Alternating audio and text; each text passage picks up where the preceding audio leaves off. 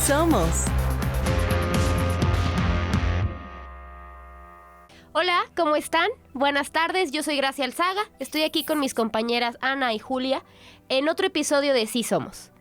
En esta ocasión vamos a hablar de un tema que hablábamos detrás de cámaras que es bastante complicado. Es hablar del sistema judicial mexicano.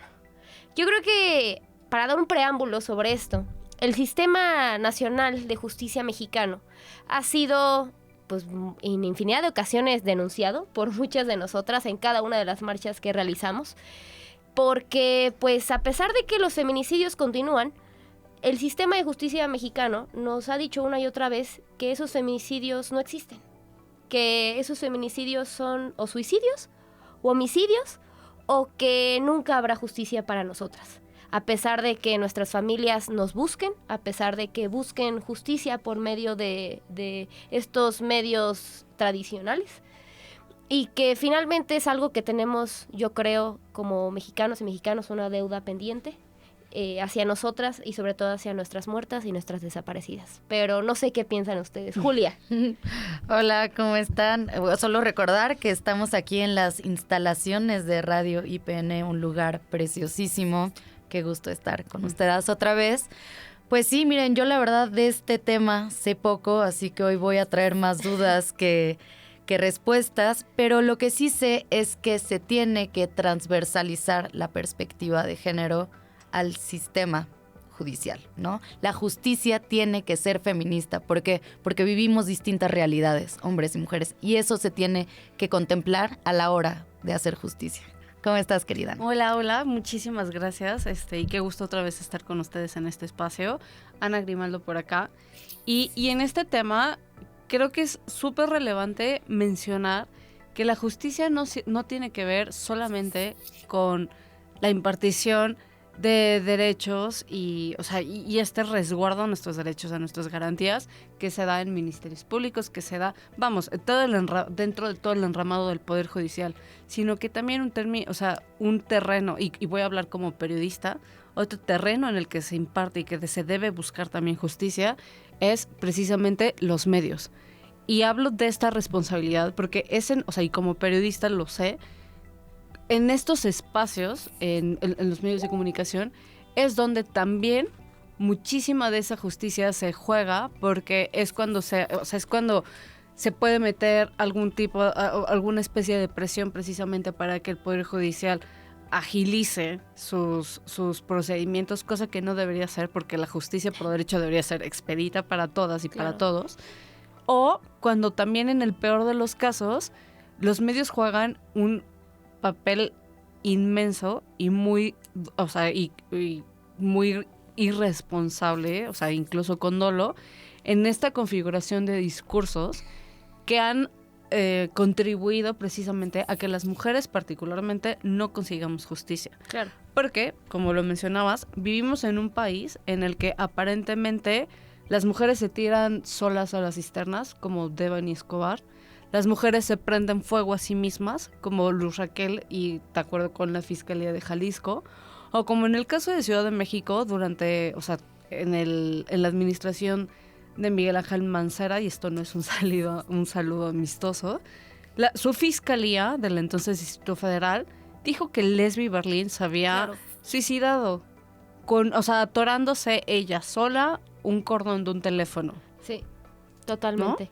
Creo que para irnos un poquito a los orígenes del Poder Judicial, porque muchos y muchos nos deben de estar escuchando y decir, bueno, ok, sistema de justicia, y lo escuchamos todo el tiempo en medios de comunicación, otra vez otra mujer que se suicida, que la matan, ¿no? Todo este discurso, esta narrativa que se forma revictimizando a las mujeres cuando somos víctimas de delitos y sobre todo de feminicidios. Pero, ¿qué es el sistema judicial? ¿Qué?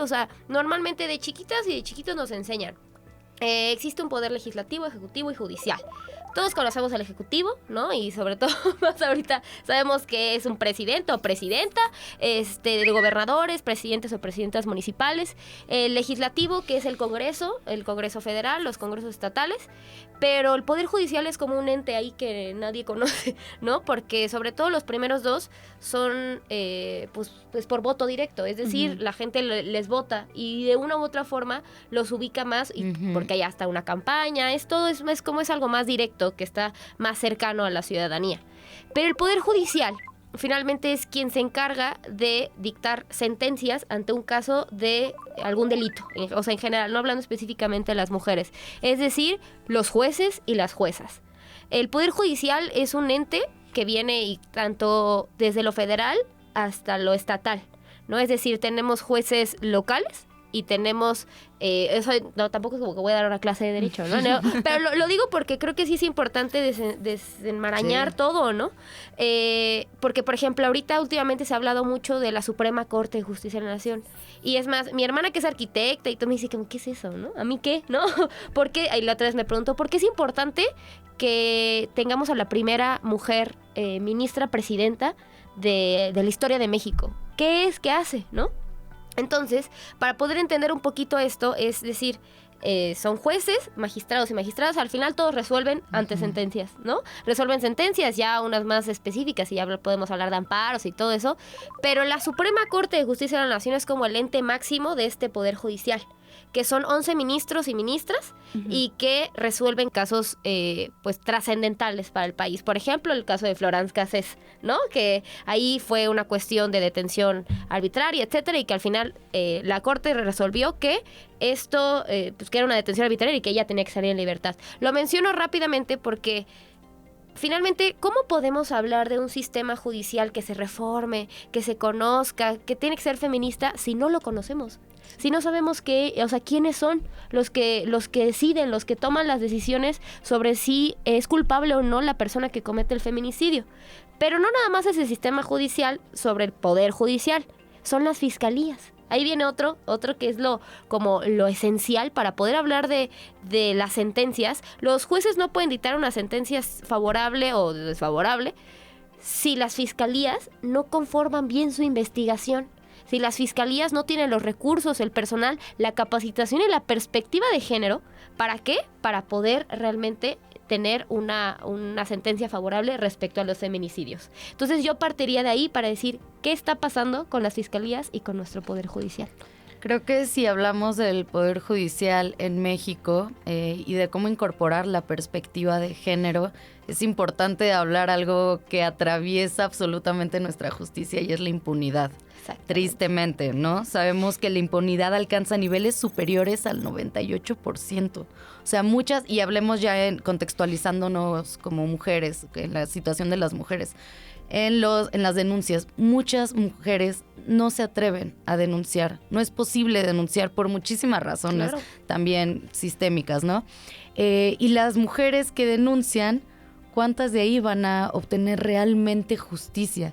¿Y qué tipo de justicia? ¿Y qué tipo de justicia? También por eso sabemos que las mujeres, las feministas, otras mujeres, mucho las jóvenes, hemos también buscado otras maneras de conseguir justicia. Eso podemos hablar más al rato. Pero ¿qué onda con la impunidad? Para empezar, creo que es importante apuntalar y creo que es una de las razones más importantes de entender, pero también de comunicar. Incluso, o sea, claro, insisto, sí. Vamos a hablar desde el terreno de los medios en mi caso. Y creo que es importante resaltar que, para empezar, cuando hablamos de por qué no hay justicia, o sea, entre mil razones, corrupción y demás, ¿qué pasa precisamente con las personas responsables de impartir justicia aquí en el país? Bueno, hablando de perspectiva de género, 18.3% de las personas que se encargan de impartir justicia no saben qué es perspectiva de género. Claro. Entonces, sí. ¿Por qué no? O sea, ¿y qué implica que no lo sepan?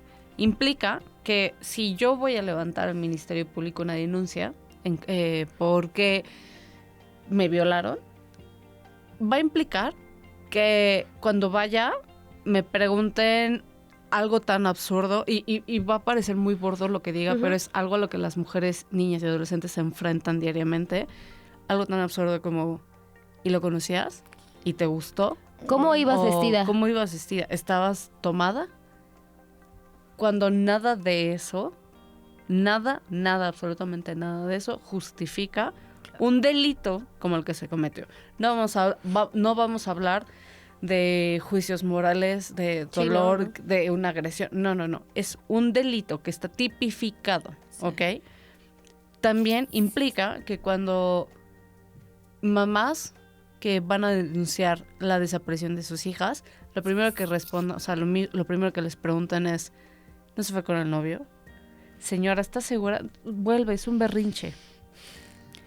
Cuando sabemos que la primera reacción, o sea, creo que es importante decirlo también, la primera reacción que tiene una víctima en este primer acercamiento con las autoridades, determina todo el proceso, porque ¿por qué voy a querer seguir en un proceso que me revictimiza? Claro. Y revictimizar quiere decir que a una persona que ya fue víctima de un delito, insisto, delitos que ya están tipificados, o sea, no hay ninguna laguna gris, no hay ningún espacio que no esté considerado dentro de un marco legal. Ya fui víctima de un delito y encima voy a sufrir un maltrato institucional, sistémico, como mencionas, Julia. ¿Por qué querría seguir haciéndolo? O sea, encima ni siquiera sé que se va a hacer justicia. O sea, y encima justicia, seguramente no va a pasar mucho. Sí, claro. No, porque aparte creo que ahorita me voy a ir como un poquito por lo que dijiste de la revictimización y de que cuando hablamos de delitos no nos estamos inventando el hilo negro, ya están, ¿no? Hasta ahorita todavía yo no puedo creer cómo existe un debate público sobre si el feminicidio existe o no, o sobre si, inclusive entre abogados, ¿no? Entre abogados es como, no, el delito de feminicidio no existe, eso es homicidio. O sea, a ver, culpa de la ideología creado, o sea, tipificado desde hace cuánto, o sea, a eso voy. No tiene ni siquiera, vamos a decirlo, unos 25, 30 años que se creó, que se tipificó el feminicidio. Exactamente. ¿Y cómo se tipifica? Lamentablemente por situaciones emblemáticas, y digo emblemáticas desde que nos ha servido para crear mecanismos y para crear la tipificación de delitos y para crear políticas públicas alrededor de 2 casos que han sido de lo más doloroso en México, que es el caso Campo Algodonero. El caso Campo Algodonero en Ciudad Juárez. Nosotras crecimos con eso, ¿no? Crecimos escuchando a las muertas de Juárez. Exacto. Crecimos escuchando a las muertas de Juárez. Crecimos, exactamente, porque finalmente hasta había una película que yo tenía mucho miedo de verla, pero un miedo así como si fuera una película de terror del caso de las muertas de Juárez. Y la vi cuando era chiquita y yo decía, es que no, Juárez es como la muerte, ¿no? Es el infierno. O sea, si entras, te mueres siendo mujer. Pero ¿cuántas Ciudad Juárez hay en el país? Los 32 estados de la República. Exactamente. Y que finalmente el caso Campo Algodonero con las mujeres que trabajaban en la máquina, que salían en las noches, las secuestraban y las echaban justo en el campo algodonero.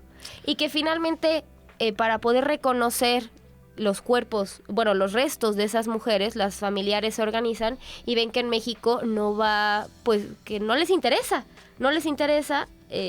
pues reconocer los cuerpos, los restos, y ellas se van hasta las instancias, o sea, ya estoy contándolo como muy así, ¿no? Pero se van a las instancias internacionales y a partir de eso se crean los mecanismos y la Corte Interamericana de Derechos Humanos le exige a México tipificar, le exige a México crear mecanismos, le exige a México que reconozca todos los delitos que cometieron desde las instancias locales hasta las federales y la omisión que hubo del Estado mexicano de lograr justicia para estas mujeres, las mejor conocidas como las muertas de Juárez. Por otra parte, tenemos el caso de Mariana Lima. Mariana Lima, que después, imagínense, eso les estoy hablando de hace muchísimo tiempo, pero que hasta este año, hace un mes, o no sé si fue este mismo mes, la mamá de Mariana Lima obtuvo justicia. A pesar de que su caso era icónico, a pesar de que su caso fue fundamental para poder tipificar el feminicidio y que gracias a eso el feminicidio entra en el Código Penal Federal y en los códigos locales, que de hecho no fue hasta hace 2 años que en Chihuahua, donde fueron las muertas de Juárez, se tipifica el feminicidio. Hasta hace poco.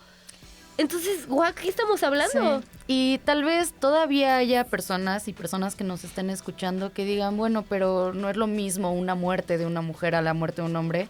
O sea, veamos cuáles son las diferencias. Claro. Eso es lo que tiene que contemplar la justicia, ¿no?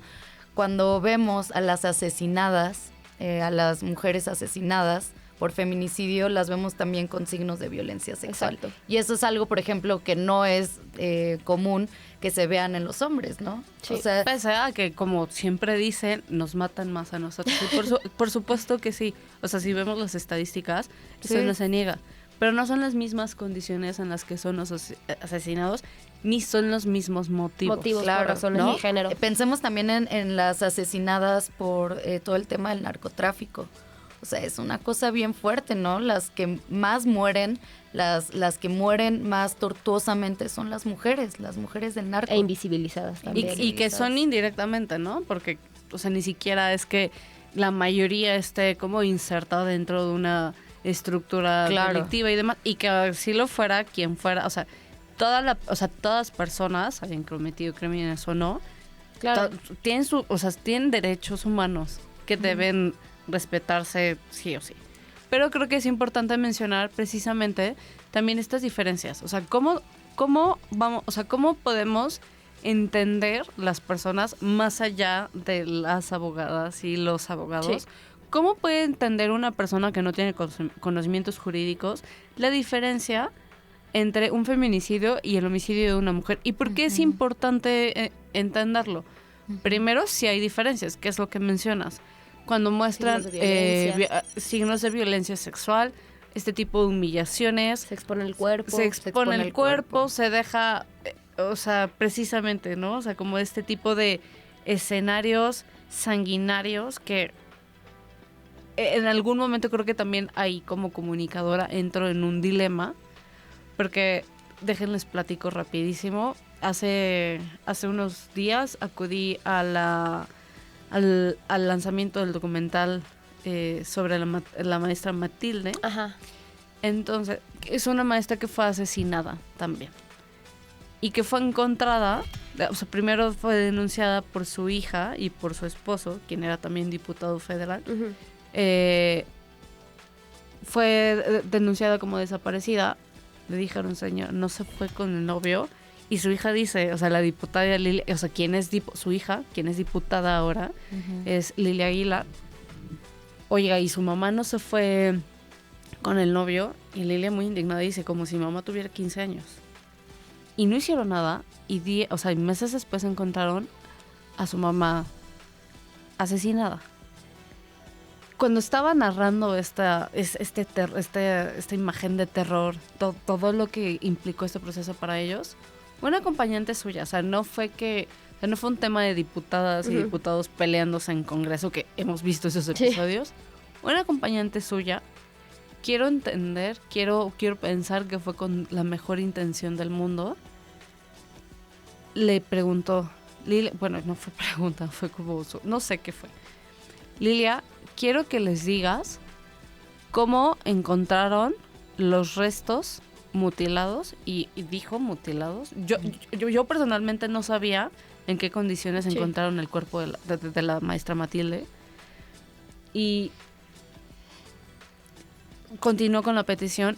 Lilia, quiero que nos cuentes cómo encontraron el cuerpo mutilado de tu mamá para que entendamos por qué tenemos que exigir justicia. Esto en contexto fue que al mismo tiempo del lanzamiento, la diputada está promoviendo precisamente este proyecto de ley que se conoce como la Ley Matilde, que es para sancionar la omisión y todos los actos indebidos que cometen las personas encargadas de precisamente llevar justicia y no lo hacen. Entonces, en este contexto lo está haciendo. Bueno, yo quedé helada y el auditorio igual. Y fue un momento horrible porque Lilia tomó segundos para responder y con la voz quebrada respondió. Y en ese momento pensé, es necesario, pese a que sí hay diferencias técnicas y que por eso se tiene que investigar como feminicidio todas las muertes de violencia, incluso ya por un criterio de la Suprema Corte Exacto, de es lo que Justicia iba a de la decir, Nación, justo. desde 2015, toda muerte violenta de mujeres tiene que investigarse como feminicidio. Y es importante entender esas diferencias técnicas. En un nivel discurso, yo necesito, tú Gracia, tú Julia, necesitan saber cómo fue torturada una mujer para que el nivel de exigencia de justicia sea el mismo. O sea, si a mí fue un feminicidio, pero el arma fue una pistola y recibí un balazo, es menos digno de exigir justicia. ¿Y qué tanto también contribuye esta socialización de la información, que creo que es importante, en un discurso violento, sanguinario? ¿Qué influye y qué consecuencias tiene también para que se quede inserto en la mente de toda la gente que este es el nivel de violencia que vivimos y a los que estamos sujetas las mujeres? Claro. Pues, uy, no, es que también entender los tecnicismos, justo iba a decir eso, ¿no? Que pareciera cosa mínima entender los tecnicismos, pero yo creo que todas, sobre todo como feministas, tenemos esa responsabilidad, no de saber todo, lo dijiste en un inicio, no tenemos que saber todo, mucho menos todas tenemos que ser abogadas. Yo creo que muchas tenemos que ser abogadas porque faltamos muchas mujeres en el ámbito. Además mujeres feministas. Exactamente, porque estamos rodeados de puro macho. Y lo siento, compañeros, pero es la realidad. Que soporten. Pero, y que soporten. No, pero realmente esta perspectiva de género en la toma de decisiones, el que la Suprema Corte diga toda muerte violenta de una mujer debe ser investigada como feminicidio, no es nada más de, ay, sí, es feminicidio y ya. No, es porque el Estado, a partir de eso, las fiscalías tienen que activar primero los mecanismos de búsqueda. Dentro de las 72 horas, no pueden pasar 72 horas para que entonces, después de las 72, ya van a comenzar a buscar, ¿no? Es pese a que los ministerios te dicen, venga en 72 horas, espérese a que aparezca. Exactamente, entonces, ¿por qué? Porque el tiempo de búsqueda, los primeros minutos, horas, son cruciales para encontrar a una persona en general, pero a una mujer con vida, ¿no? Después de que se desactiva la búsqueda, es cuando se tienen que activar los distintas, por ejemplo, en los estados, la alerta de violencia de género que generan los mecanismos para poder, ya me están cortando el tiempo, pero es que siento que es mucho de lo que hay que hablar, pero a lo que voy es que esta misma alerta de género que está en los distintos estados, lo que es activar los mecanismos para cuando haya una muerte violenta de una mujer o una desaparición de mujeres, todos así desde el municipio, el estado y la federación, sobre todo el estado y el municipio puedan activar sus protocolos de búsqueda para entonces localizar a las mujeres con vida, que eso debe ser lo primordial. Ya una vez encontrada, vamos a decirlo así, muerta, lo que se hace es investigar las razones, investigar directamente a las y los involucrados, sobre todo a los involucrados, es decir, empezar por la pareja, empezar por el compañero, o sea, empezar por todas las personas que están alrededor de la víctima para entonces poder identificar y poder comenzar con la carpeta de investigación para poder no asumir que fue víctima de feminicidio, pero sí investigarlo como tal. O descartarlo de feminicidio. Yo quiero expresar el profundo dolor que siento por mí y por todas las mujeres en este país, de sabernos tan vulnerabilizadas y tan en riesgo y tan en peligro todos los días, y además pensar en un sistema de justicia patriarcal en donde si a mí me pasa algo, quién sabe si se va a hacer justicia, ¿no? Como que es muy fuerte pensar, estoy en peligro y si me pasa algo, sé que muchas van a gritar por mí, pero quién sabe qué vaya a pasar después. Y creo que, bueno, ese miedo, esa tristeza se convierte en fuerza y en coraje para seguir exigiendo a todas las instancias que transversalicen esta perspectiva de género, no porque suena bonito y porque, ay, qué bonito, todo perspectiva de género, sino porque es totalmente necesario una justicia con perspectiva feminista para todas las mujeres. Y en este sentido, quiero también hacer un hincapié en que no necesitamos ser abogadas para conocer todos estos intrincados judiciales para hacerlo.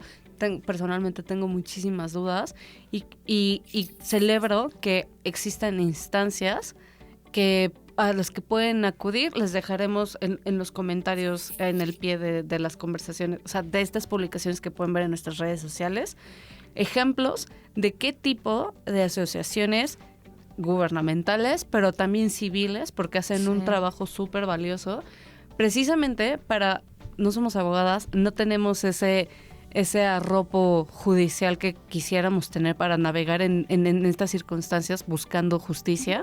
Para hacerlo, no estamos solas, parece que es un panorama desolador, pero cada vez hay más espacios para buscar esa información y también para socializar esa información. Entonces, en este caso quiero agradecerles mucho su participación y a ustedes agradecerles su compañía. Pueden escucharnos y esta semana y la próxima semana también, como siempre. Muchísimas gracias y nos encuentran en nuestras redes sociales como @sisomos. Recuerden que nos pueden escuchar también en Radio IPN 95.7. Yo soy Julia Didrickson y pues contenta de aprender tanto de ustedes el día de hoy. Pues yo nada más quisiera cerrar agradeciéndoles a ustedes, compañeras, amigas, y dedicando, si me lo permiten, este programa a Mariana Lima, a Lesbi y a Ingrid Escamilla, que gracias a ellas hoy tenemos bastantes avances en temas de feminicidios y sobre todo de socialización sobre los medios de comunicación y perspectiva feminista que necesita este sistema judicial. Nos vemos la siguiente semana. Hasta luego. No todas correremos con la suerte. Estar de suerte ahora es estar viva. Ahora estar de suerte es que tu novio no resulte violador, abusador o femicida. Ahora estar de suerte es que a la muerte no le guste tu cintura y en su troca no te siga. Yo ya no sé qué hacer con esta rabia, tampoco mis amigas y parejas. Denuncias y denuncias y denuncias y denuncias y nomás no se ve nadie tras las rejas. Están libres afuera emborrachando a alguna chica para ver si en unas horas la corteja.